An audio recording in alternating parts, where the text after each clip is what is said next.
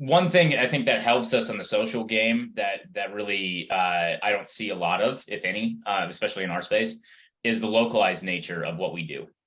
So a lot of the content that we're trying to push out either to databases via email, text, whatever, or via social is actually making it local. We were just talking, just shooting crap about local sports teams and things like that. Well, I mean, we're trying to get that same vibe with what we're producing for our loan officers to their databases, so that it feels good. It feels like, oh wow, this guy's in my area, or even if he's not in my area, oh he knows that I'm in this area and I'm seeing content that's relevant to me. And I actually have kind of a funny story because, of course, we all are on our own campaigns and making sure that they look good and all that stuff. And I got a Denver related, we call it localize. It's a piece that we send out that's what's to do, what's happening in your specific area.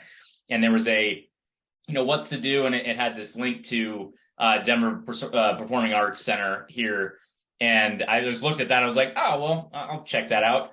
And Harry Connick Jr. was playing here before Christmas, and my wife is a huge fan of his. And so I bought tickets just on there, and it's just kind of funny because literally it was like from Paul Harrington that I got this newsletter, and I'm like already doing it. It's just kind of a funny story that really is trying to capture what we're trying to do, and just in the building of the relationships with those end clients or realtors that the loan officers are marketing to make them feel that way and say, oh yeah, I just did this because of that piece you sent us. I mean, that's awesome. So things like that happen a lot with our local content. And that's something I didn't think we mentioned before, that on a social side, great for it. And really just in the regular email marketing, direct mail marketing, that type of stuff as well.